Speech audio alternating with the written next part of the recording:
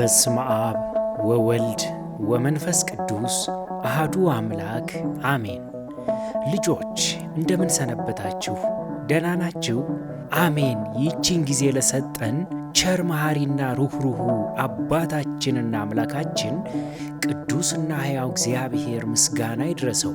ባለፈው በክፍል 64 መንፈሳዊ ታሪካችን ኦሪት ዘዳግም ከምዕራፍ 1 እስከ ምዕራፍ 4 ላይ ያለውን ታሪክ ሙሴ ለአዲሱ ትውልድ እንደ አባትና አያት ደግሞና ደጋግሞ እግዚአብሔር ካዘዘው ትእዛዝ እንዳይወጡ እስራኤልን ማስጠንቀቁን፣ ሕጉን እንዳይረሱ አባቶቻቸው በፈቃደ እግዚአብሔር ላይ በማመጻቸው ምክንያት በምድረ በዳ እንዴት ወድቀው እንደቀሩ እንዲህና እንዲያ የመሳሰሉ ታሪኮችን በማንሳት ለአዲሱ ትውልድ ምክርና ተግሳጽን እየሰጠ ማስተማሩን ተመልክተን ነበር። በዛሬው መርሃ ግብራችን ደግሞ ቀጣዩን ክፍል የምናቀርብላችሁ ይሆናል። አምላካችን ቅዱስና ሕያው ብሩክ እግዚአብሔር ያስተምረን።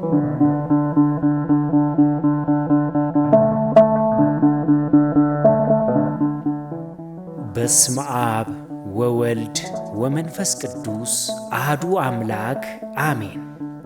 ከሕይወትና ሞት ምረጥ። ኦሪት ዘዳግም ምዕራፍ 30። ልጆች እስራኤል ላለፉት 40 ዓመታት በበረሃው ሲንከራተቱ የተወለዱ አዳዲስ ትውልዶች እጅግ ፈታኝና አስቸጋሪ ውጣ ውረዶችን አልፈው ከዮርዳኖስ ማዶ ሜዳ ላይ ሰፍረው ነበር። ሙሴም ያለፈ የአባቶቻቸውን ታሪክና ወደፊት የሚገጥማቸውን ምርጫ በማነጻጸር እንደ አያት አጥብቆ መከራቸው። በዚህ ጊዜ ታዲያ ከሰማይ በየማለዳው የሚለቅሙት መና ሊቀር ነው። የሚገጥማቸውም ፈተና መልኩ ሊቀየር ነው። በእግዚአብሔር መግቦትና ጠብቆት ላይ ሙሉ በሙሉ የተንጠለጠለ አኗኗራቸው ተቀይሮ የራሳቸው እርሻ፣ ከብቶች፣ መኖሪያ ቤትም ሰርተው አዲስ የማያውቁትን የሕይወት ዘይቤ ሊለማመዱ በአዲስ የሕይወት ምዕራፍ ዳር ላይ ይገኛሉ። በዚህ ምክንያት ነው እንግዲህ ሙሴ ትልቅ ኃላፊነት ከፊታችሁ እየመጣ ነው፣ ምርጫችሁ ከሁለት አንዱ ይሆናል፣ ሞት ወይም ሕይወት፣ መርገም ወይም በረከት ሲል በማስጠንቀቅ ነገራቸው። በኦሪት ዘዳግም ምዕራፍ 30 ቁጥር 15 ላይ እግዚአብሔር የሰጠውን ትእዛዝ ሙሴ እንዲህ ሲል ለሕዝቡ አስተላለፈ። ተመልከት፣ ዛሬ በፊትህ ሕይወትና መልካምነትን ሞትና ክፋትን አኑሬአለሁ። በሕይወትም እንድትኖር እንድትበዛም አምላክህም እግዚአብሔር ልትወርሳት በምትገባባት ምድር እንዲባርክህ አምላክህን እግዚአብሔርን ትወድ ዘንድ በመንገዱም ትሄድ ዘንድ ትእዛዙንና ሥርዓቱን ፍርዱንም ትጠብቅ ዘንድ ዛሬ እኔ ያዝሃለሁ አለ። ሞትና ሕይወት በፊትህ አኑሬአለሁ፣ አንዱን ምረጥ የሚል ምርጫ ነው።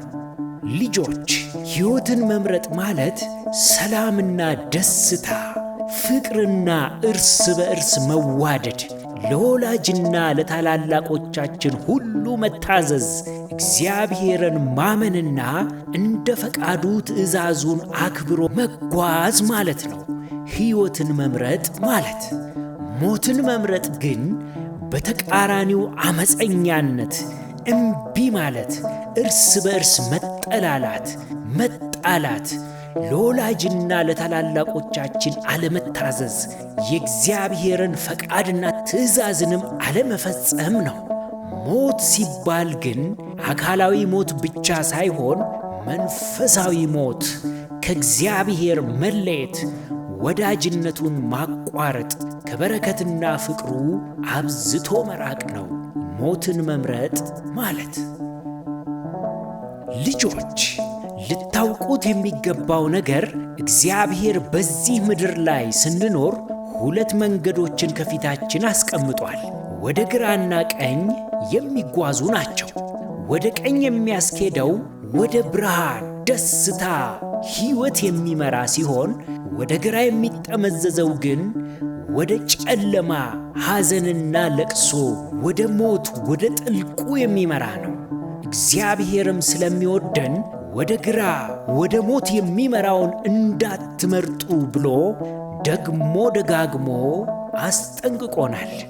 በግድ ወደ ቀኝና ግራ ሂዱ ግን አይለንም። ነገር ግን የመንገዱ መጨረሻ የት እንደሚያደርስና የሚያስከትለውንም ጉዳት በግልጽ አስተምሮናል። ሰው በምድር ላይ ሲኖር በየትኛው አቅጣጫ ላይ የተጓዘ እንደሆነም ከአካሄዱ ይታወቃል። ወደ ሕይወት፣ ወደ ክርስቶስ መንግሥት፣ ወደ ገነት መንግሥተ ሰማያት የሚገባ ልጅ ለወላጆቹ ይታዘዛል፣ እውነትን ብቻ ይናገራል፣ ለጓደኞቹ ደግና ሩኅሩህ ነው። ተሳስቶ ሲያጠፋ እንኳን ጥፋቱን በግልጽ ተናግሮ ተናዞ ሰውና እግዚአብሔርን ይቅርታ ይጠይቃል። ጠዋትና ማታም እንዳቅሙ ይጸልያል። ያለችውን ነገር በደስታ ለሌላቸው ያካፍላል። ቃለ እግዚአብሔርን ወይም መንፈሳዊ ታሪኮችንም በትኩረት ይከታተላል፣ ይተገብራቸዋል። እንዲህ የሚያደርግ ልጅ በትክክለኛ መንገድ ላይ እየተጓዘ ይገኛል።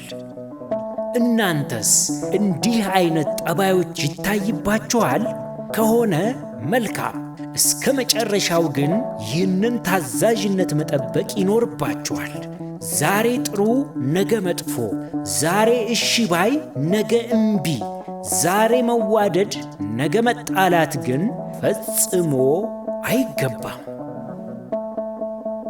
ልጆች፣ እግዚአብሔር አምላካችንና አባታችን ከምትገምቱት በላይ አብዝቶ ይወደናል። ለዚህ ነው መልካሙ ጌታችን አባታችን እንዳንጠፋበት የሚያስተምረን።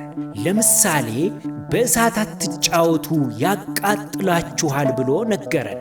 ይህንን ትእዛዝ የሰማ ልጅ ወደ እሳት ስለማይጠጋና ስለማይጫወት አይቃጠልም። አልሰማም ብሎ አምጾ በእሳት የሚጫወት ልጅ ግን ድንገት አንድ ቀን መቃጠሉ አይቀርም። ሌላ ምሳሌ እንጨምር። የፎቅ ቤት በረንዳ ላይ አትጫወቱ ወድቃችሁ ትሰበራላችሁ ተብሎ ትእዛዝ ቢሰጠን ያልሰማ ልጅ ዛሬ ባይወድቅ ነገም ባይወድቅ አንድ ቀን ግን ሳያስበውና ባልገመተው ጊዜ መውደቁ አይቀርም። የእግዚአብሔርም ትእዛዝ እንዲሁ ነው።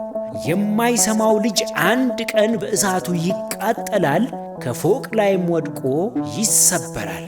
እኛ ግን እንደ ታዛዡ ልጅ የእግዚአብሔርን ቃሉን ትእዛዙን በመስማት ከአደጋ ሁሉ ተጠብቀን በደስታ ከአባታችን ጋር እንኖራለን ማለት ነው።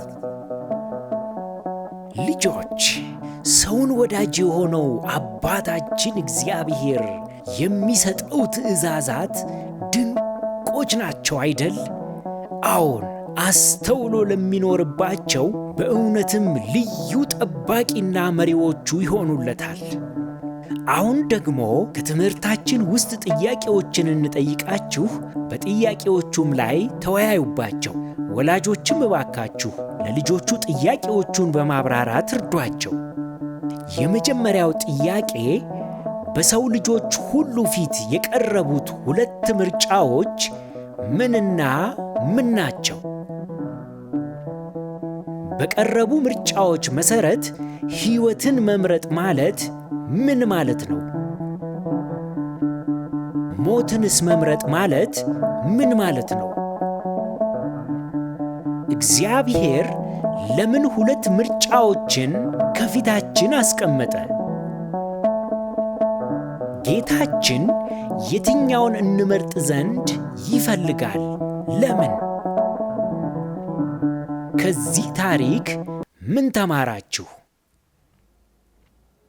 ልጆች፣ ከዚህ ታሪክ የምንማረው ትልቁ ትምህርት ጌታችን፣ መድህናችን፣ ሕይወታችን ኢየሱስ ክርስቶስ ሕፃናትን አብዝቶ ይወዳል።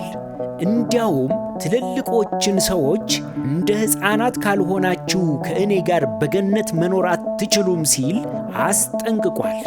ጌታችን ታዲያ ሕፃናቱ ለእርሱና ለወላጆቻቸው ለታላላቆቻቸው ሁሉ በፍቅርና በትሕትና ሆነው እንዲታዘዙ አዟል።